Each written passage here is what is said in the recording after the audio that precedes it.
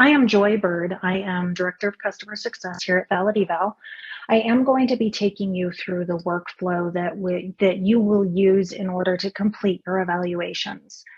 So do know that you will receive an invite from Valid Eval to be an evaluator. As part of that sign-up process or registration process, there are the questions acknowledging that you understand this process and how the ethics training and have actually conducted that. So definitely make sure to fill that in as you complete that registration form when you're actually completing that in Valid Eval.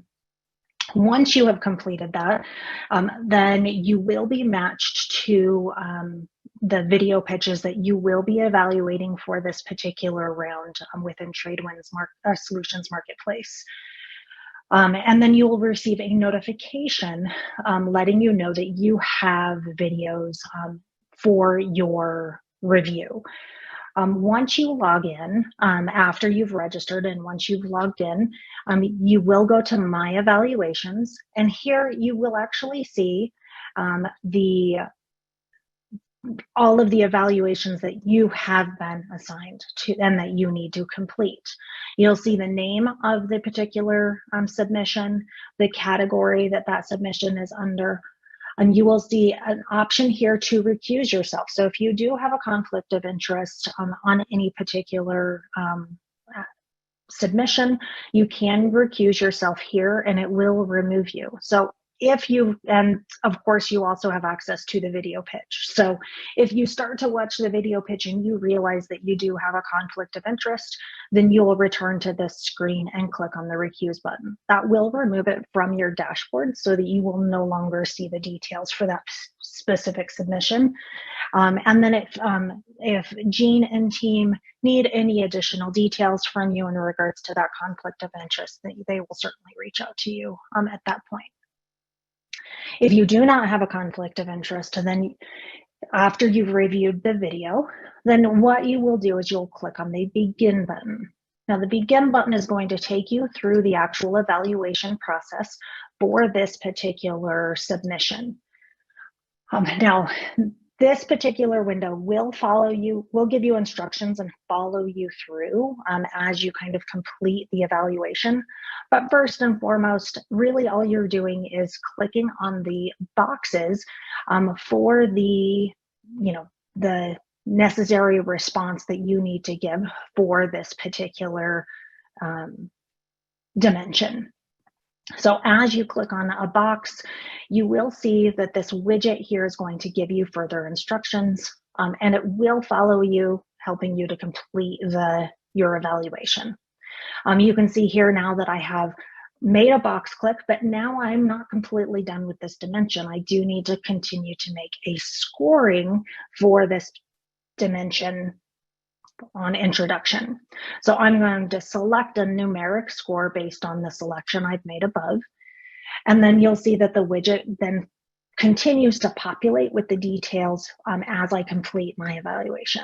So I'm going to continue down the page and making a couple feedback clicks or two and making the relevant scoring line selection for that specific dimension. So we've got a couple to make it through, and you'll see here that the widget continues to show me how many I have completed and if I still have any left to do. Now, if I were to skip a score selection, do know that my continue button will continue to be grayed out and it will not record any of my scores. So you do have to make your scoring selection below each of the dimensions in order for it to recognize that any of your scores. So I'm going to quickly just go through. And once I make my final selection, you will see that it says that I have 8 of my 8 dimensions complete. And I have 100% of my feedback clicks complete, and I now can continue. If I click on the continue button here, it will return me to my evaluations page and allow me to move forward onto my next evaluation. However, our job is not yet done. So if you go down to the bottom of the page, you will see a comments section here. This comment section is where you want to put all of the details, both internal and external, that you want to make on this particular application. You will see that there's the option for feedback to the applicant. So you can provide feedback in our tool to the applicant as to how their video pitch was and how their technology was, and so on. If you toggle this to government only comment, this background will now turn this beige color, and this now becomes an internal comment, viewable only to the organizers of this event. So where it is important to note that you can make as many comments as you choose. So if you want to make multiple small comments, you can, or if maybe you want to come back and leave an additional comment on top of a comment that you left initially, you absolutely can. So feel free to use both of these comments buckets in order to capture all of the details.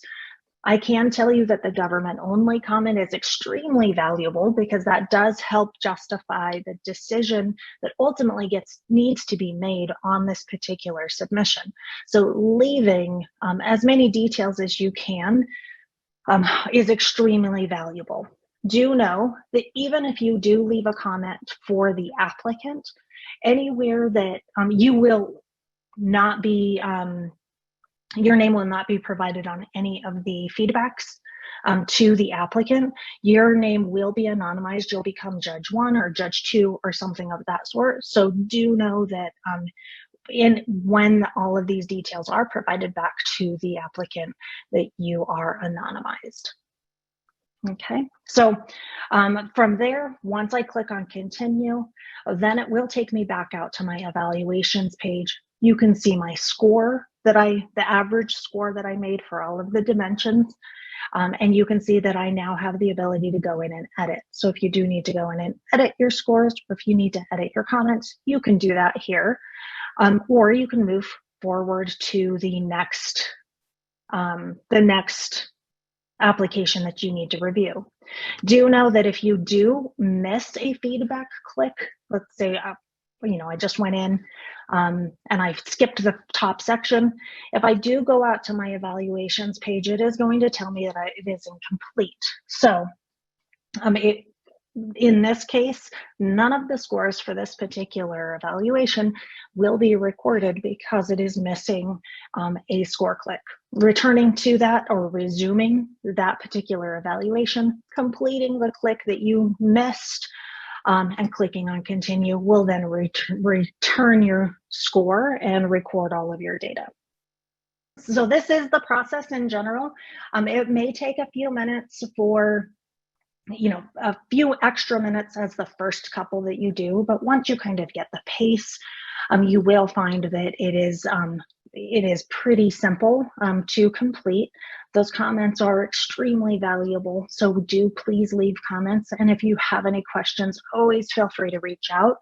You will receive, once you've been invited, you will receive an email from info@valideval.com to complete your registration or to accept your invite and complete your registration.